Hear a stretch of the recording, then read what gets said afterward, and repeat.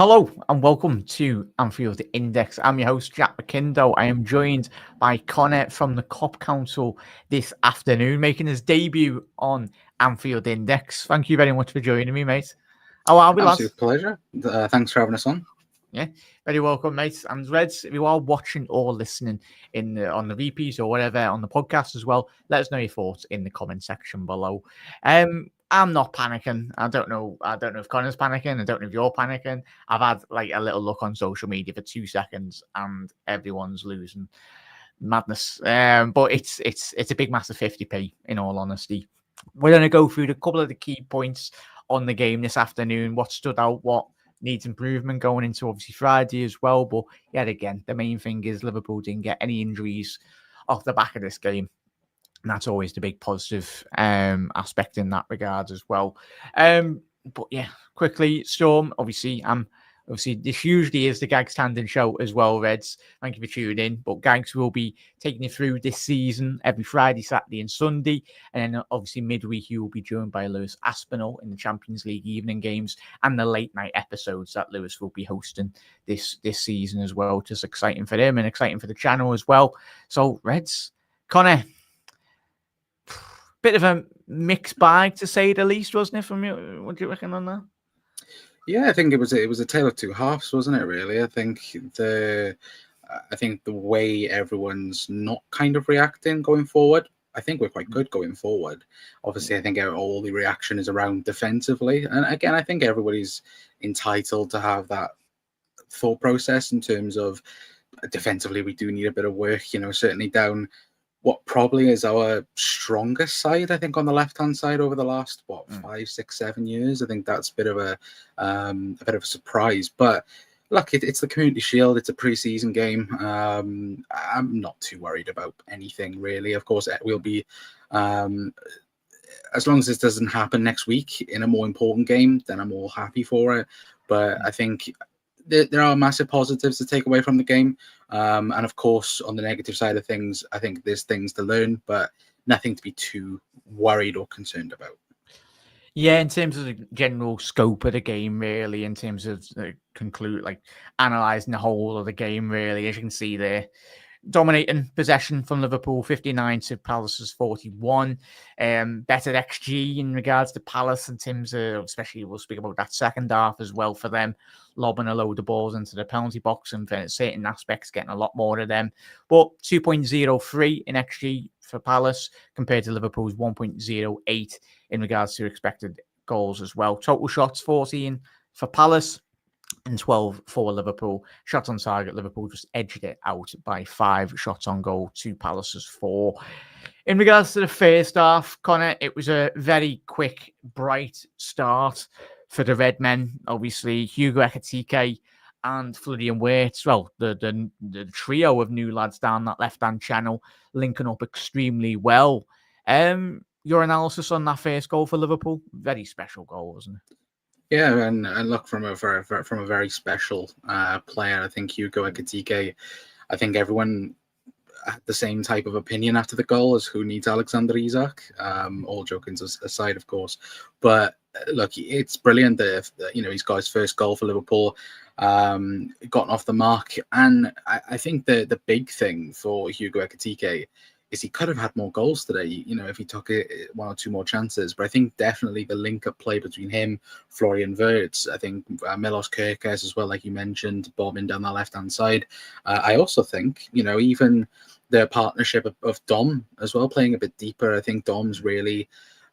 I think when we talk about creativity, I think Dom a bit deeper suits him quite a lot. Again, for his playing style. But I do also look at it and go... if that's the plan for Arne Slot, to have that left-hand side be Kerkez, Gakpo, Szoboszlai and Wirtz, it's a very, very technical and very good left-hand side to have.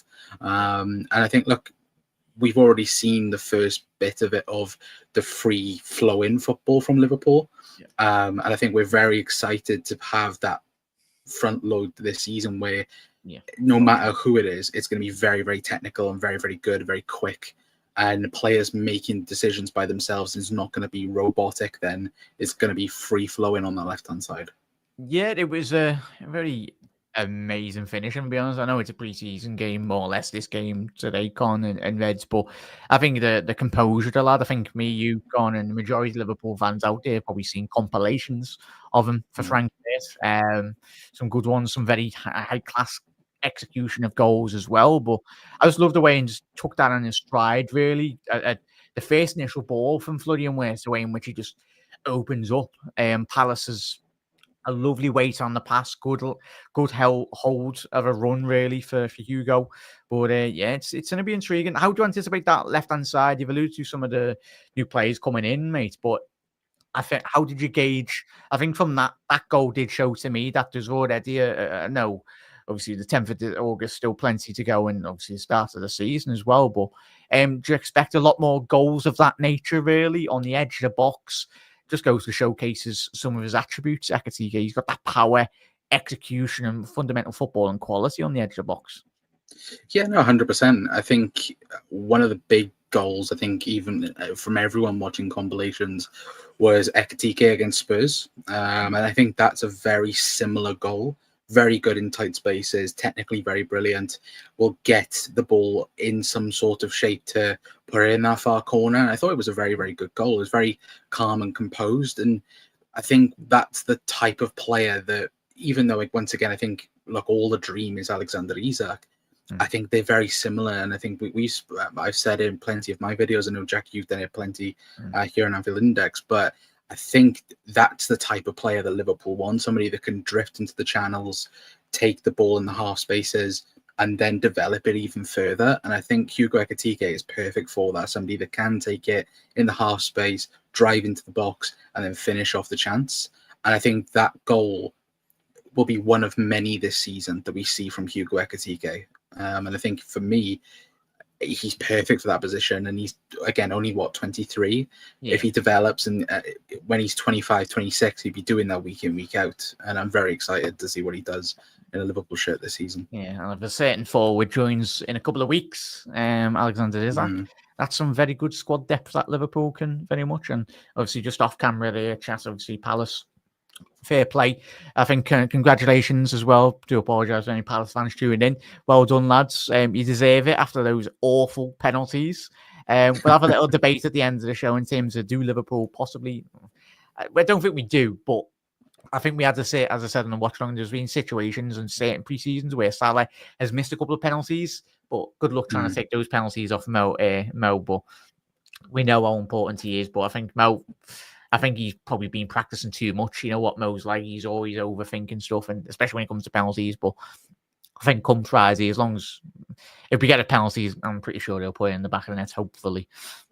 Can go a hat-trick of misses on the bounce anyway. But the second goal, really, of the game, Connor, I think that we did see. We'll get to that one midnight in a little second when we discuss the second half, mate. Very good question indeed there, bud. We missed Ryan's control in the middle. That's from Avrin as well. Congratulations to, obviously, the Gravenberg family, obviously become a new dad as well, which is fantastic news for them as well, Reds. Second goal, Con and Reds, anyone watching or listening, it was, I was disappointed, to say the least. I know it's pre-season, but just the fact of how easy, for me, it felt that Palace did break through. It was a phenomenal ball. I do apologise. I think it might have been Eze or one of the other midfielders anyway. But that high line, but you've got to caveat that in my analysis as two new fullbacks. You've got to get used to the system, got to get used to the high line, the low blocking situations, transitionally as well. Half of the defence, new defence that has just come in. Analysis on that second goal, Gun. Obviously, it was a penalty, but I think in the build up to that goal, obviously, they're giving away of a penalty from Virgil. I felt he just sort of took his foot away, but I felt he just inviting pressure from Salah or any Palace attacker for that matter to just go over really and initiate contact. Yeah, it's one of these ones, isn't it, where if the defender gets the ball, it's a great tackle. If not, then it's 100% a penalty. I think, obviously, we'll probably discuss it a bit later on, but I think Virgil had a really poor game. I think, look, don't get me wrong, like I said at the start of the show, it is a pre-season game. We're not going to you can say, get them oh, out. You can get these bad performances out now, can't you? Exactly. And that's the thing. Like, he can get his bad performance out now and then be perfect for 38 games for the rest of the season.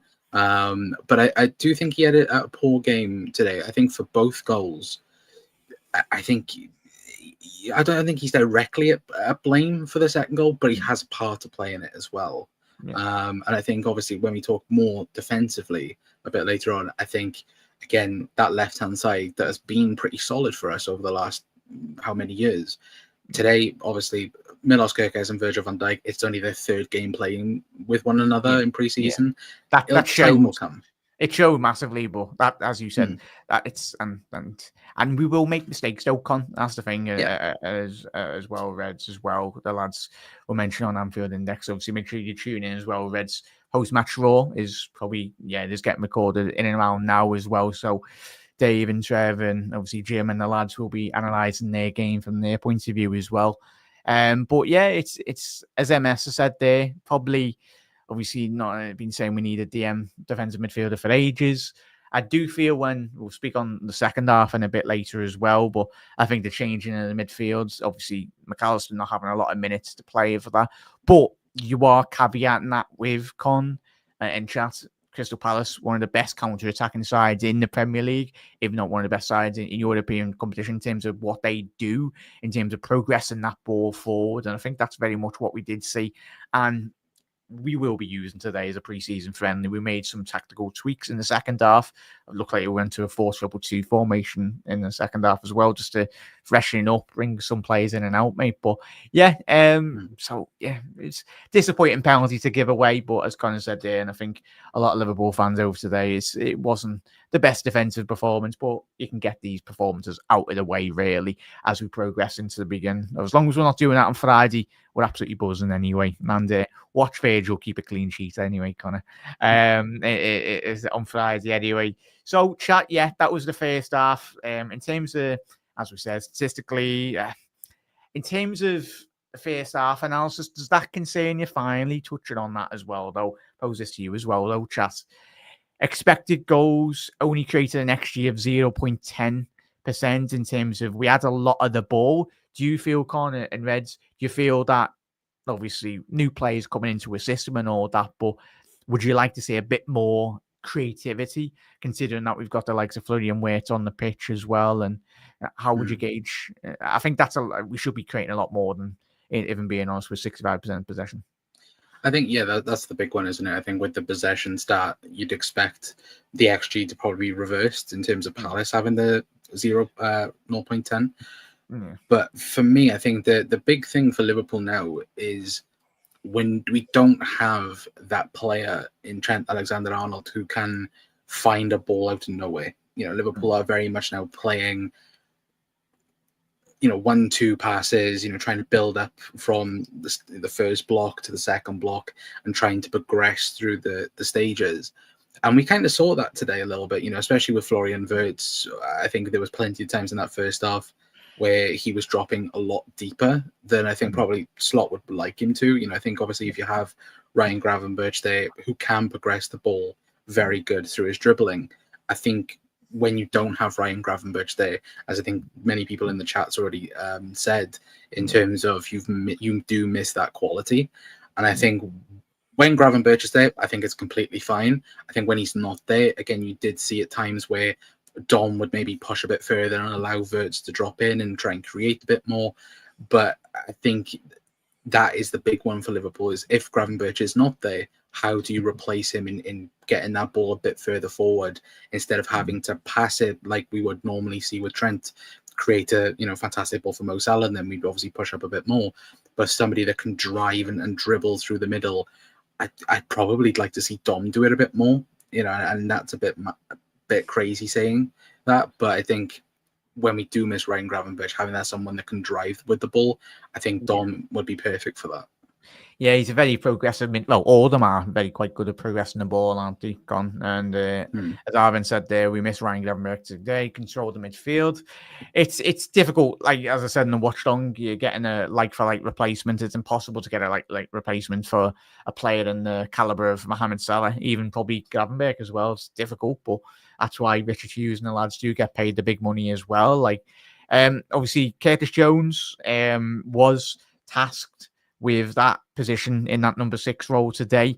He had a 100% passing accuracy, never lost the ball today. Probably do apologize. I should have got it up anyway in terms of how many of those balls were forward or backwards or whatever. I think we'll find out anyway. I'll have a little look at that and I'll speak about that on Friday on the watch along as well. But it's going to be interesting. Like, he done well, Con, but that goes to that point really. Not having a go at Curtis, it was almost.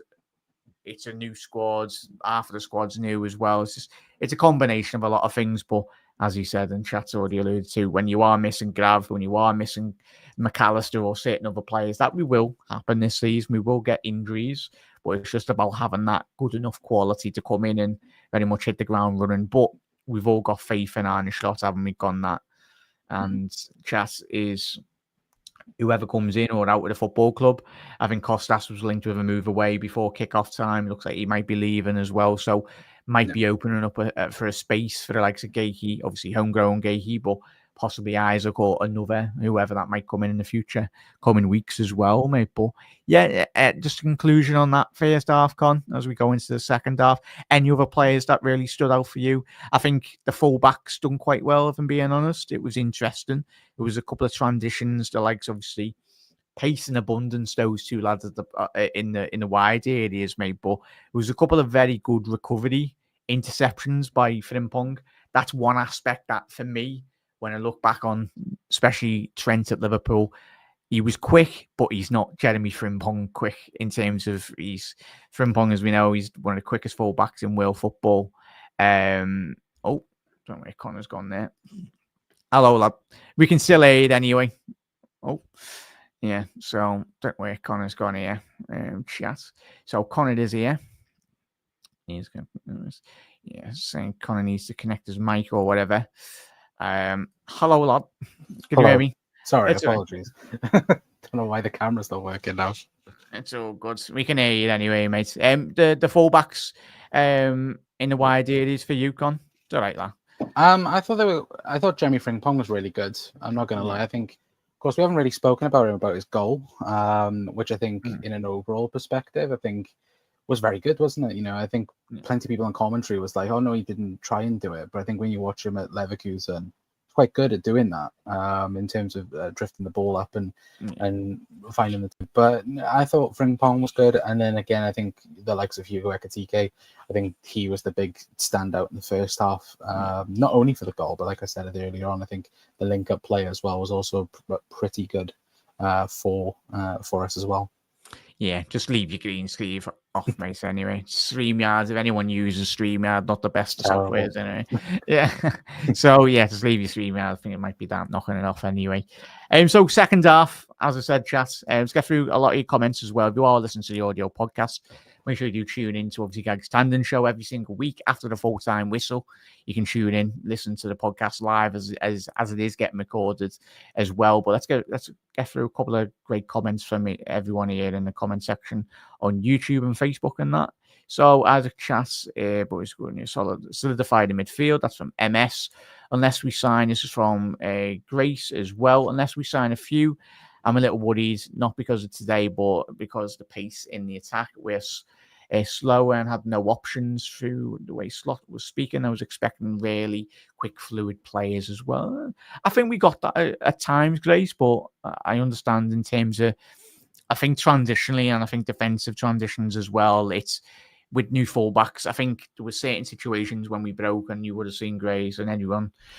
Like we were going forward, but it's like when you get new players, the fullbacks, most importantly, two of the biggest positions on the pitch. Going forward, it's about creating that space with the new fullbacks, stretching the pitch, but even transitionally getting forward, getting back as well at the right time. So it's going to be one of them, really, in all honesty, but interesting to say the least as well in regards to that.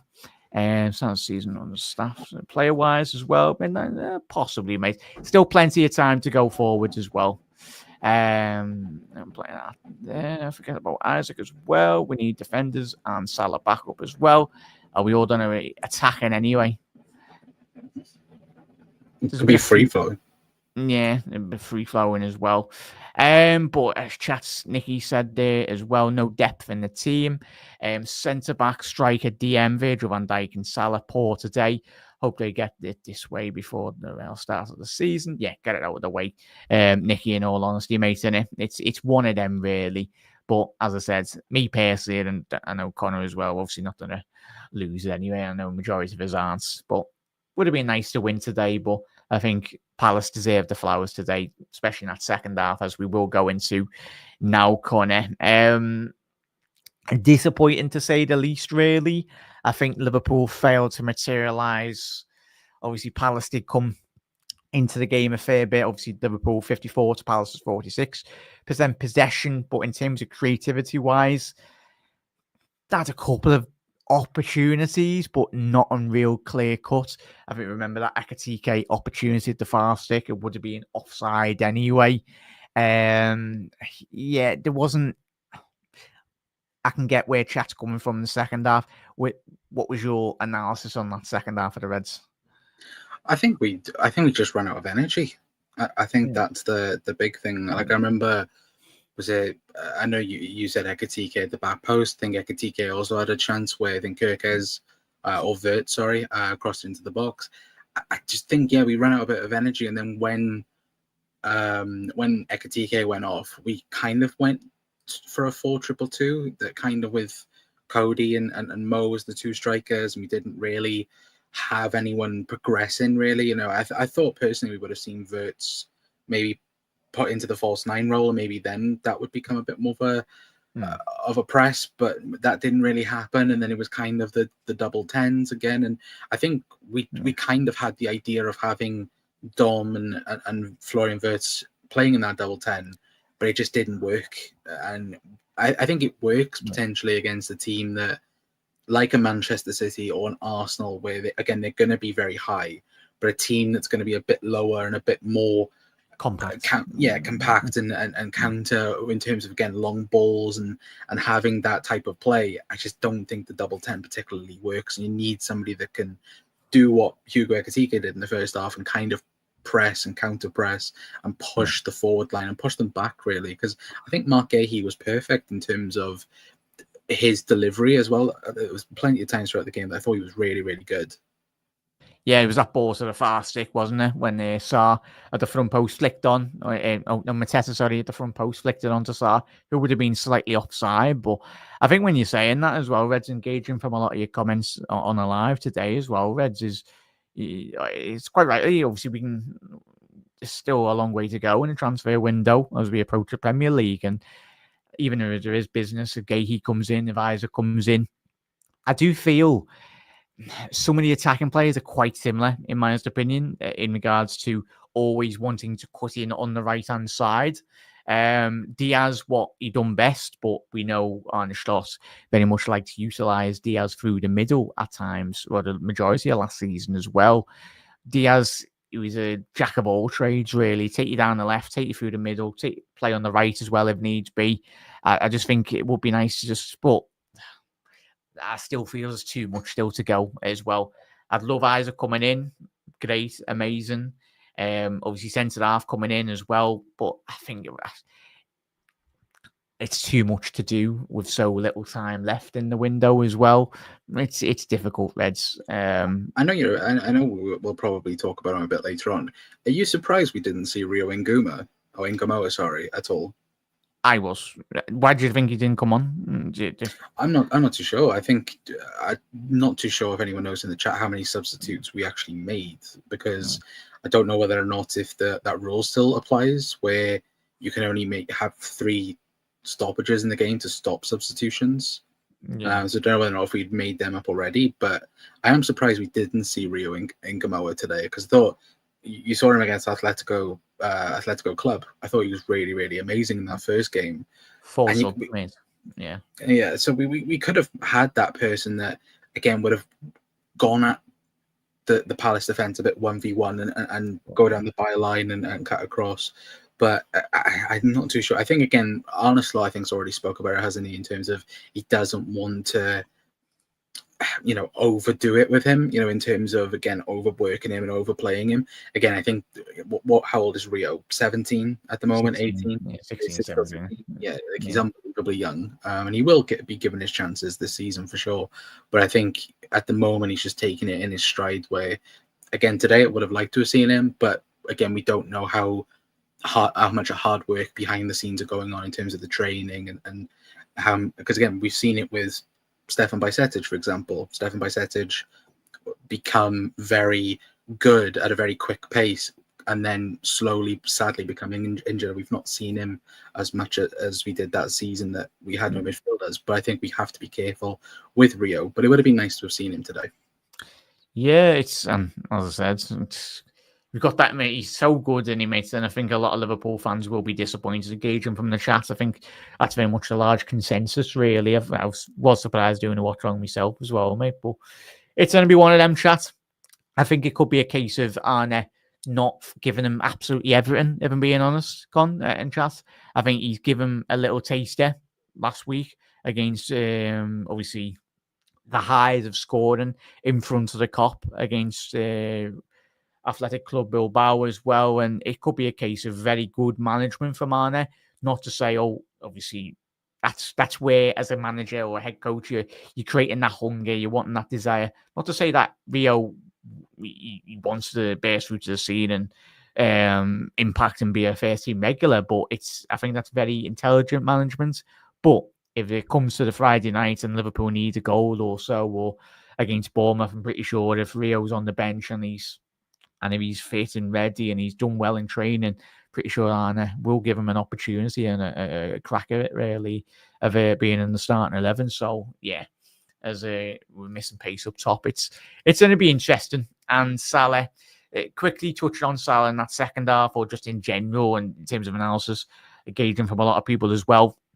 He tends to do this, Salah, though, Con, in pre-seasons. He always has an absolute nightmare, and then he goes and bangs in 30-plus goals in a space of 6 months. It's nothing to be concerned about, is it, really, Mohamed Salah? No, it's not. I think people get carried away and kind of forget what he's done over the last, 5, 6, 7 years that he's been at the football club. Mo will have a poor preseason now and again, and then absolutely, like you mentioned, will bang in 40 odd goals in the season. Look, even the penalties today. Look, I know people will straight away say, "Oh, Liverpool should take him off penalties," and this, that, and the other. Look, Mo Salah could have one now on Friday night, and he'll end up banging it top bins, and we won't talk about it ever again. And look, it was a quiet game from him. It was, and I think you can talk about his partnership with Jeremy Frimpong and other people. Yeah. But I think, again, like we said, mentioned in terms of the defense, the forward line as well also has to, gel out and work together. Yeah, I was going to say, obviously, Salah made 10 touches in the first opening 45 minutes, and it took him, I think it was like 10, 15 minutes to get 10 touches in the second half. But as you said there, Conor, and asked you in chat, it's, as I said, with the fullbacks really gelling in the next couple of weeks as we go deeper into the Premier League season as well. It's all about them all in, and there's a couple of very underlapping good runs from both fullbacks. As you said there, Con, it's just all about getting those triangles, getting that pattern of play, really, because there's a couple of occasions where Frimpong and Salah come a bit more central. But as we've seen already today with Waits, and even in pre-season, or what we're going to see in the next couple of seasons, is when Waits is on the ball, a lot of defensive opposition players will gravitate to Waits. So it's all about how that all frees up space for the likes of Salah, Gakpo, Ekitike, Isaac potentially as well. It's really just getting used to really where everyone's meant to be as well, I'd say.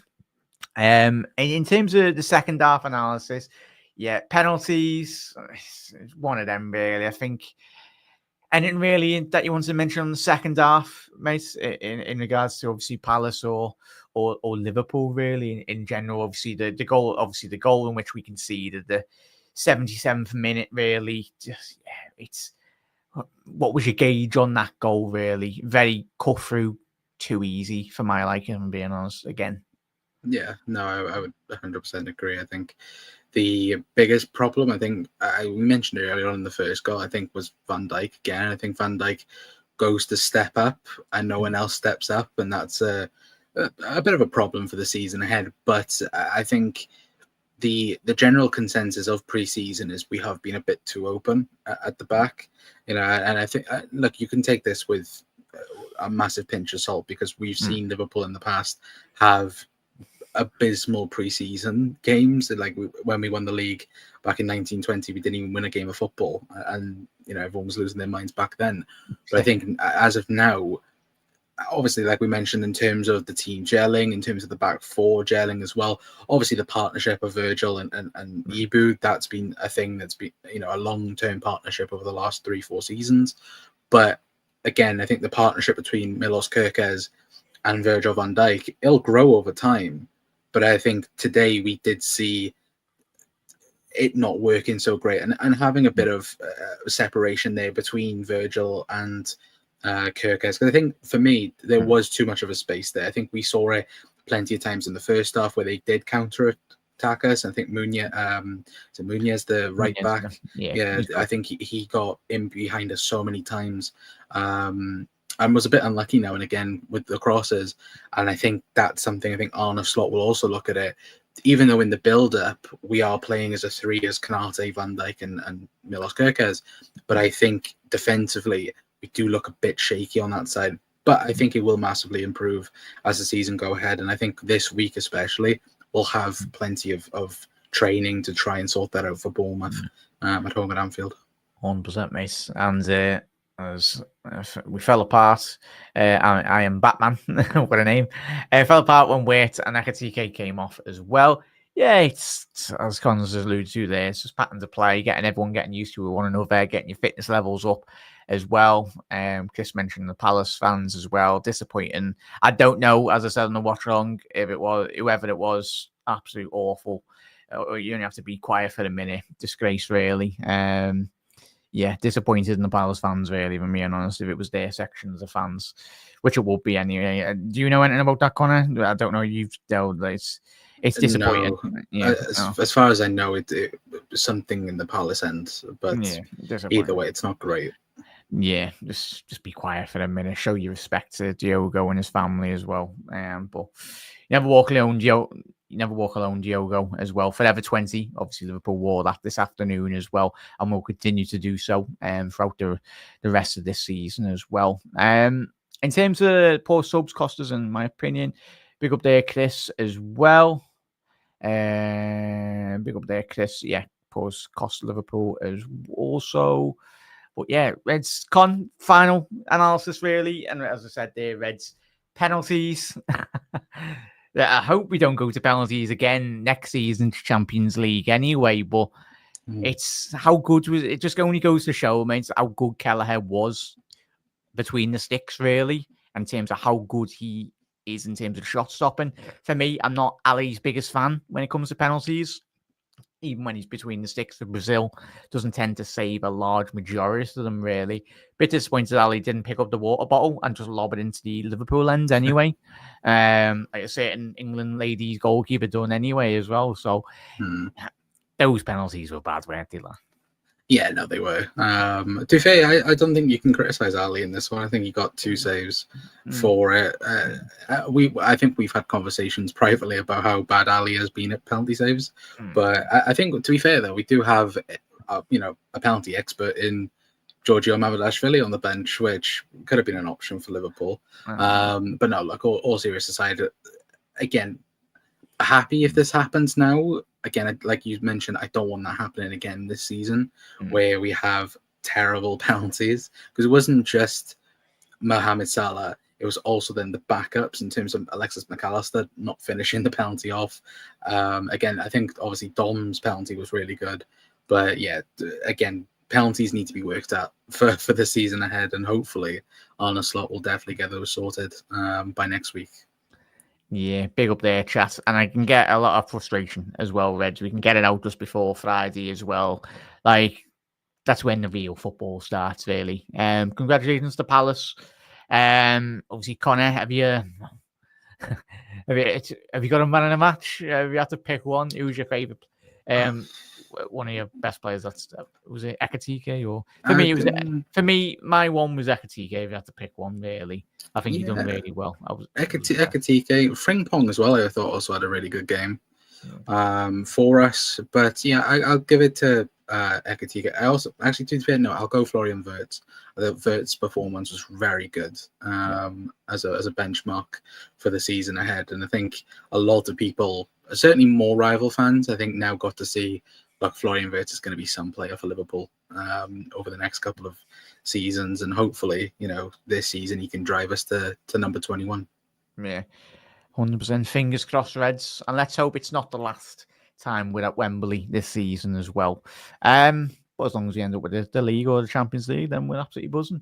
But Reds, hope you're strapped in for this new season. It's going to be very exciting indeed. If you are new to Anfield Index, and you are new to the Gags Tandon show, Gags will be joining again. I'm stepping in this week. Of course, Gags, I think he went to game today anyway, but yeah, get chock-a-blocker with shows. Media Matters tomorrow. Obviously, the Red Room on Tuesday as well. There's content galore. If it's the first time tuning in this evening as well, Reds, make sure you do hit that subscribe button down below. Put the bell notification on. There's plenty of great content to come throughout this season. Obviously, Lewis Aspinall will be taking you through the midweek post-match shows as well with his late night shows on Anfield Index. So make sure you tune in for them as well. But Connor, massive thank you for joining me and tuning in anyway. I'm made up to get you on the channel. Obviously, the lads have given me an amazing opportunity this season with Anfield Index. But where can everyone find you, Con? And also thank you for jumping on the podcast, mate. Well, thanks for having me on. Very much appreciate it. And yeah, the Cup Council over on YouTube, Twitter as well. If you want to come and follow us on there, we do daily shows, or mainly daily shows, of course. But yeah, thanks for everyone for having me on. And yeah, up the Reds, and hopefully this will be a hiccup in a fantastic season. Let's just hope for that. Yeah, and obviously Phil's alluding to another fantastic podcast that we do over there at Anfield Index, the Daily Red with Dave Hendrick as well. Obviously, the weekend editions are with Dave Davis as well, but content galore as well. Great analysis from absolutely everyone. And as I said, made up to get started. Then I have a full season under my belt for watching the Reds anyway. But Connor, thank you. But most importantly, Reds, if you are watching or listening on the post-match, thank you very much for taking the time out and supporting Anfield Index across all social media platforms. If you are an Anfield Index Pro member, head over to Anfield Index to get involved with all great LFC content. On the YouTube side, there'll be a little preview this evening of obviously the post-match Raw, which is probably concluded now or it might be still live, but that'll be coming out on the YouTube as well. And yeah, get involved. If you're not an Anfield Index Pro member, what are you doing? There's so much content. Just get stuck into it anyway across the board. Join the Discord as well with over 2,000 Liverpool fans from around the globe as well, Reds. But for now, Reds, this afternoon, that has been me, Jack McKindo, Connor from the Cup Council as well on the Gags Tandon show. Gags will be joining you next week as well. We'll be taking you through the post-match. And but Reds, have a lovely rest of the end to your weekend. And let's hope we get the 3 points. I'll see you on Friday. Fingers crossed we can get the 3 points. But I'll be live at 7:30 on obviously Matchday Live as well. But for now, Reds, look after yourself and shita.